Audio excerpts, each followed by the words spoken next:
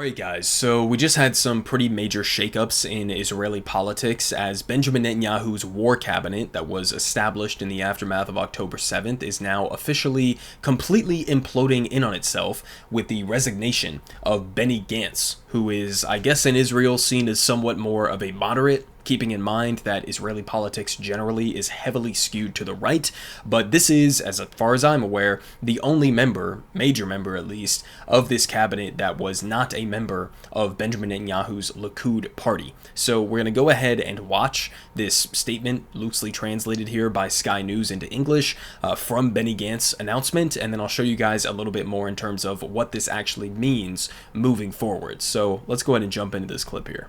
To Israel, this is the centrist opposition leader Benny Gantz, who in the last few moments has resigned from Israel's war cabinet. He's speaking in Hebrew at the moment, but we can tell you that he is unhappy with the apparent lack of a plan for after the war with Gaza. He has been threatening to resign. He was going to release a statement yesterday, but the news that those 4 Israeli hostages had been rescued from Gaza meant his statement was delayed until today. But in the last few moments, he has resigned from the Israeli war cabinet. He says in Netanyahu's government, political considerations are impeding strategic decisions in the Gaza war. He also says that Benjamin Netanyahu is preventing real victory. We are leaving emergency government, he says. He also calls on Benjamin Netanyahu to set an agreed election date.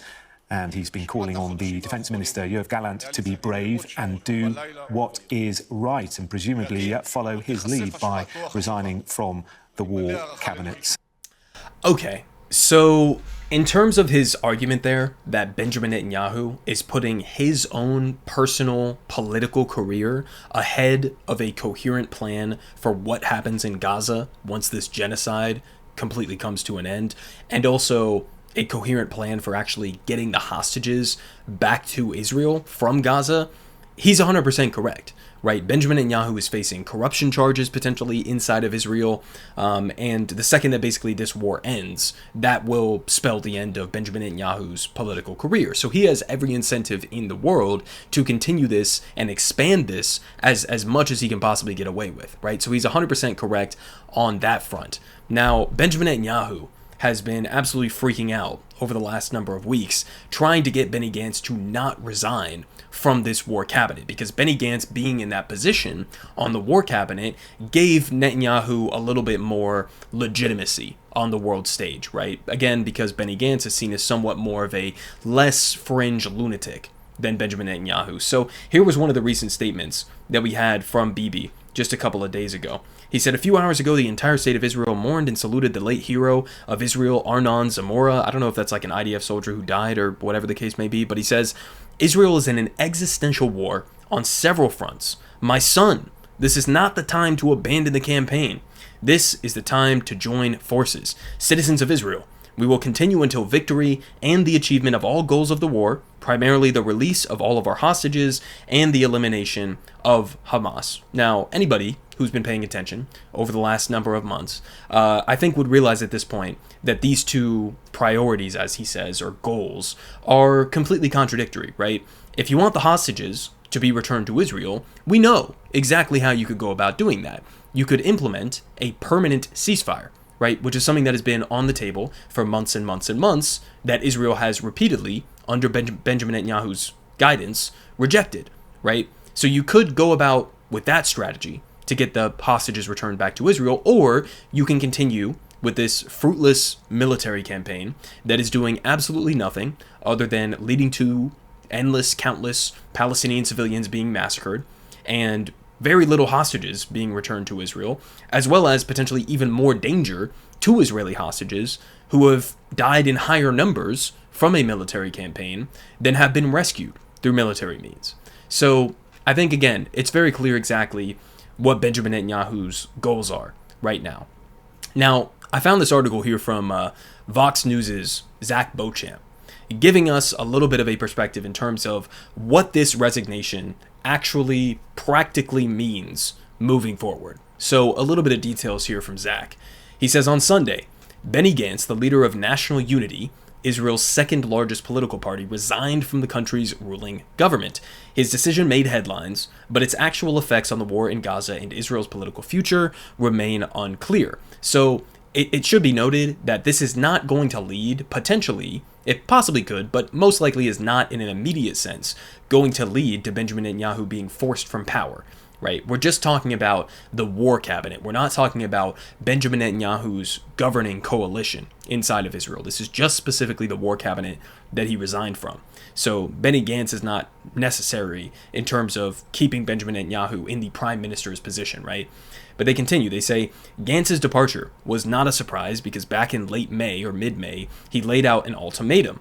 Either Netanyahu lays out a clear and plausible plan to end the war in Gaza, or Gantz was going to quit the government on June 8th. And obviously the recent hostage mission that saved 4 hostages while killing hundreds of innocent Palestinians, that basically delayed Benny Gantz's scheduled resignation. But it looks like he basically pushed forward with it anyways, just a couple of days after that operation took place. Now they say Netanyahu did not do so, didn't come up with a coherent plan, and Gantz followed through on his threat.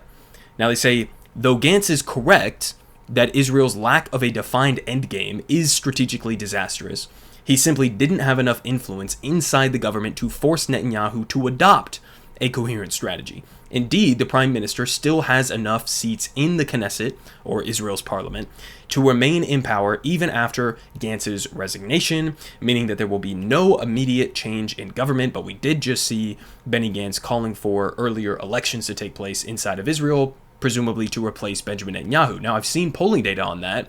That's pretty interesting because you have guys like Gantz, who I think have slightly better approval ratings inside of Israel. But if elections took place, like today, inside of Israel, it's definitely still on the table that Benjamin Netanyahu could remain in power, right? This is not a cut and dry, like, oh, Benjamin Netanyahu's going to get absolutely wiped in the next elections. But they continue. They say, to make truly meaningful change, Gantz and his allies in the opposition would need to persuade 5 Knesset members to leave the current governing coalition and vote to call new elections. It's possible that that could happen, but there is no guarantee. So basically, it looks like what Benny Gantz is relying on here is that some members of either Benjamin Netanyahu's Likud party or other members of his coalition will use this momentum from Benny Gantz resigning from the war cabinet to then say, okay, I'm out. Benjamin Netanyahu clearly cares more about his own personal political career than what happens to the hostages, etc. So I'm going to leave this coalition, call for new elections, and then potentially that could lead to Benjamin Netanyahu being removed from power. Now, the follow-up question to that is like, okay, what is the actual daylight policy-wise between somebody like Benny Gantz and somebody like Benjamin Netanyahu? And unfortunately, the reality is there's not that much daylight. I mean, maybe a little bit practically,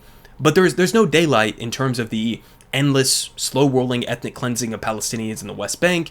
There's no daylight between them on the apartheid policies of Israel. They are largely very similar. I think it's just the difference that Benny Gantz isn't potentially facing the complete end to his political career, corruption charges, etc., that would mark the difference between him and Benjamin Netanyahu and what exactly their calculations would be in regards to what needs to happen in Gaza. But it's not as if Benny Gantz is like some radical left-winger, okay? He's very much in agreement with Benjamin Netanyahu and his coalition on many different policies for Israel, right? And again, that's just, a fact of, that Israel's domestic politics is extremely far right, even relative to the United States of America.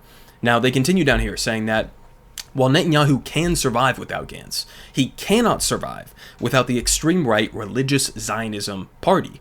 This faction is inadvertently opposed to the only feasible scenario for a non-Hamas post-war Gaza government, putting some kind of Palestinian government in charge of the Strip. Instead, they want Netanyahu to announce that Israel would reoccupy Gaza and rebuild Jewish settlements on its land. And this is the kind of rhetoric we've heard from guys like Itamar Ben-Gvir and Bezalel Smotrich, who are currently, as far as Itamar Ben-Gvir goes, demanding that he now gets a seat at the table.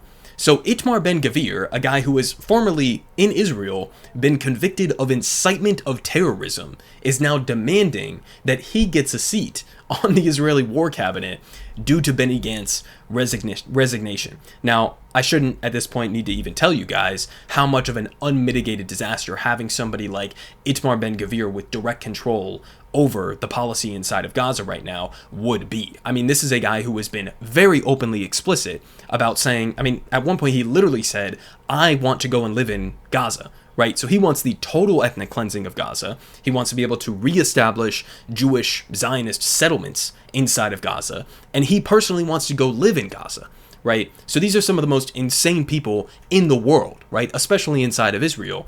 And they're now demanding that they be part of the government with Benny Gantz resigning.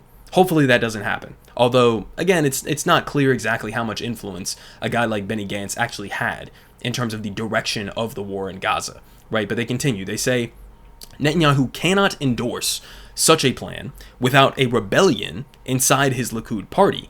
Gallant has publicly said that he opposes any reoccupation, but Netanyahu also cannot lose the religious Zionism by endorsing Palestinian control over Gaza, the only other feasible alternative. So you understand the extremely difficult position that Benjamin Netanyahu is in right now, or I should say that Benjamin Netanyahu has put himself in right now.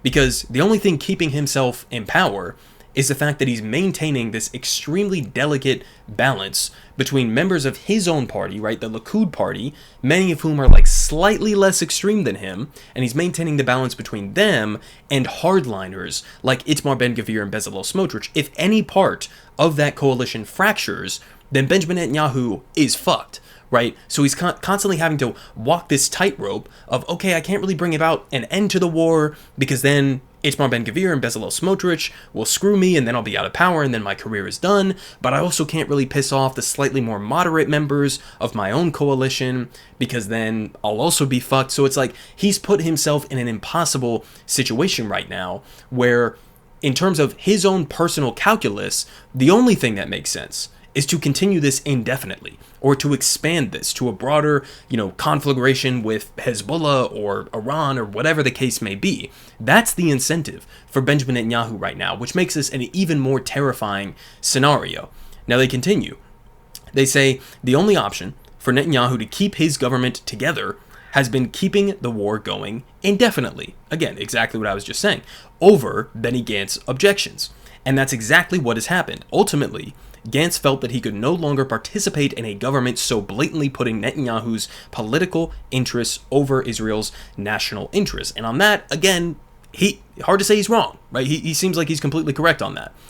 Now, they say for now, that means that Netanyahu will stay in office and keep waging a deadly and strategically dubious war, and Palestinians will continue dying, and Gaza will continue burning in the name of a total defeat of Hamas that still proves elusive. And again, they will never defeat Hamas through military means. It's not possible. That's been demonstrably clear over the last 7 or 8 months at this point, right?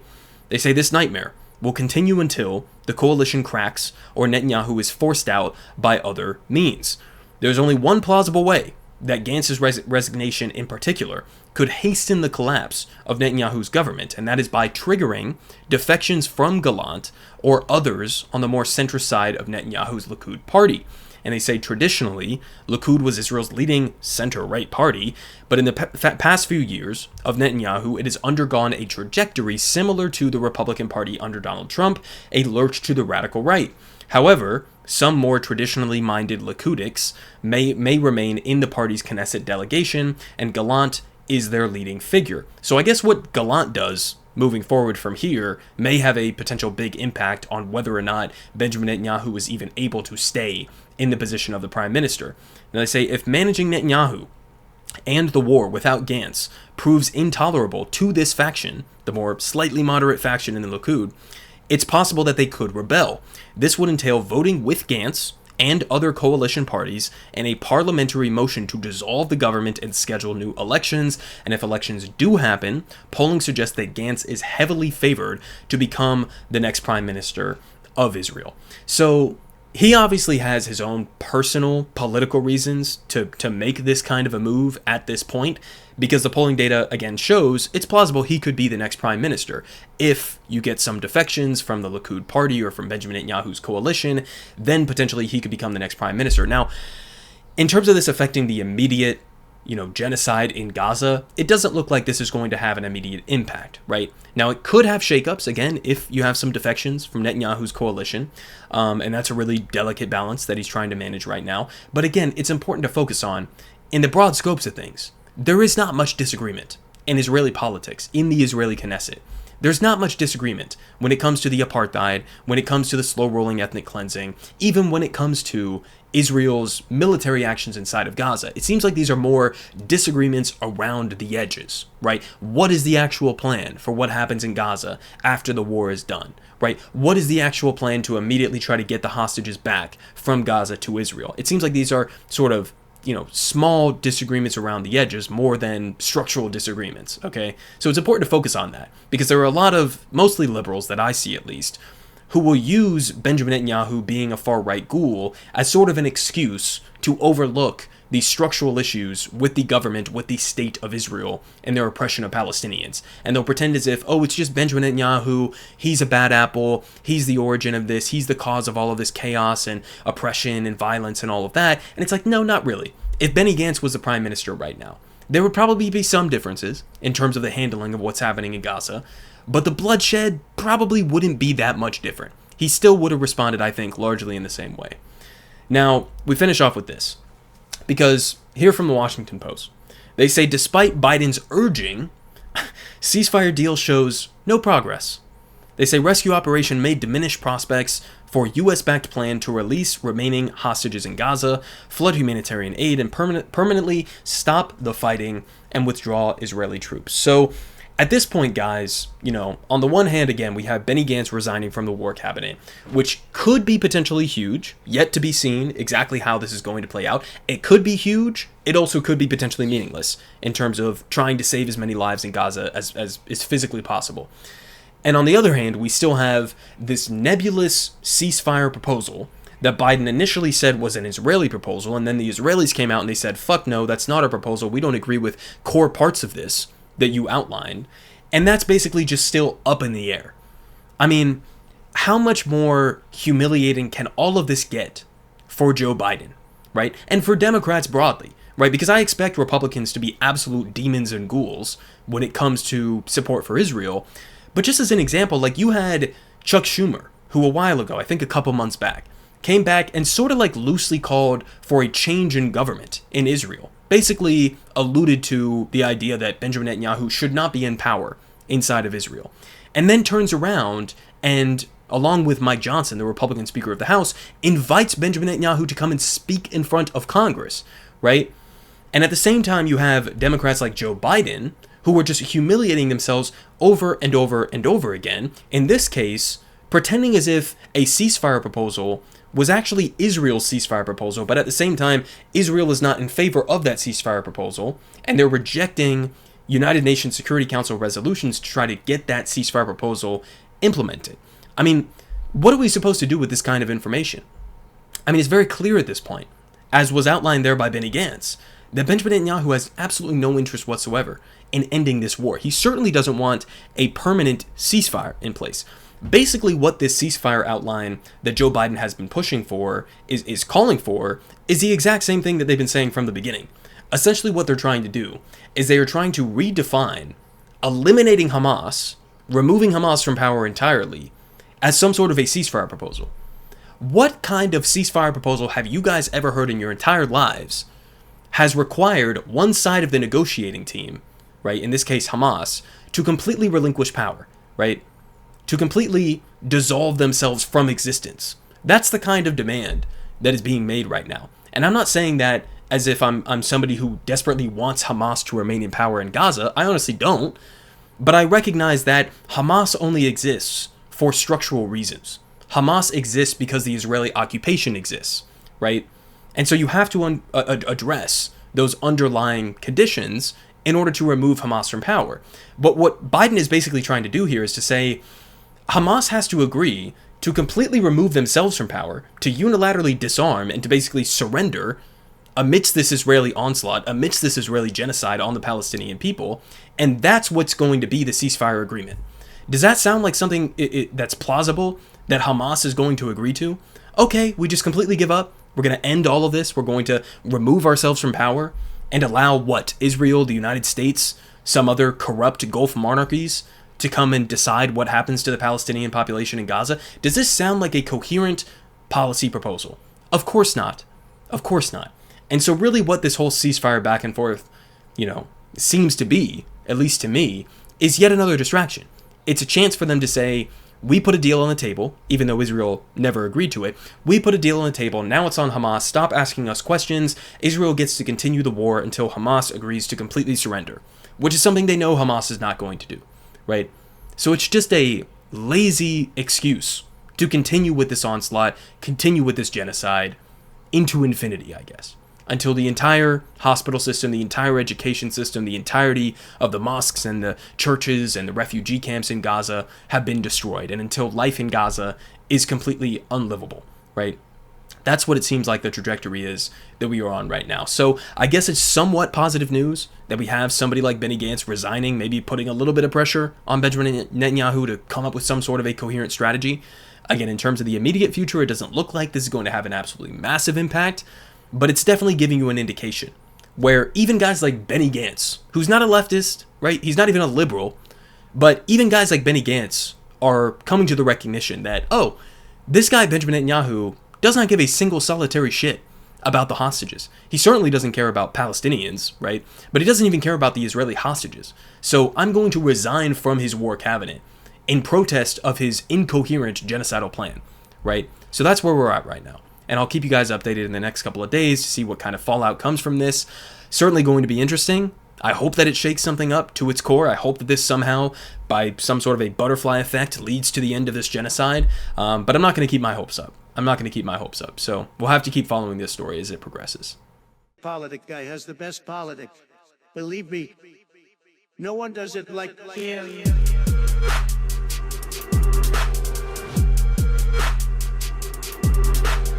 Believe me, everyone is saying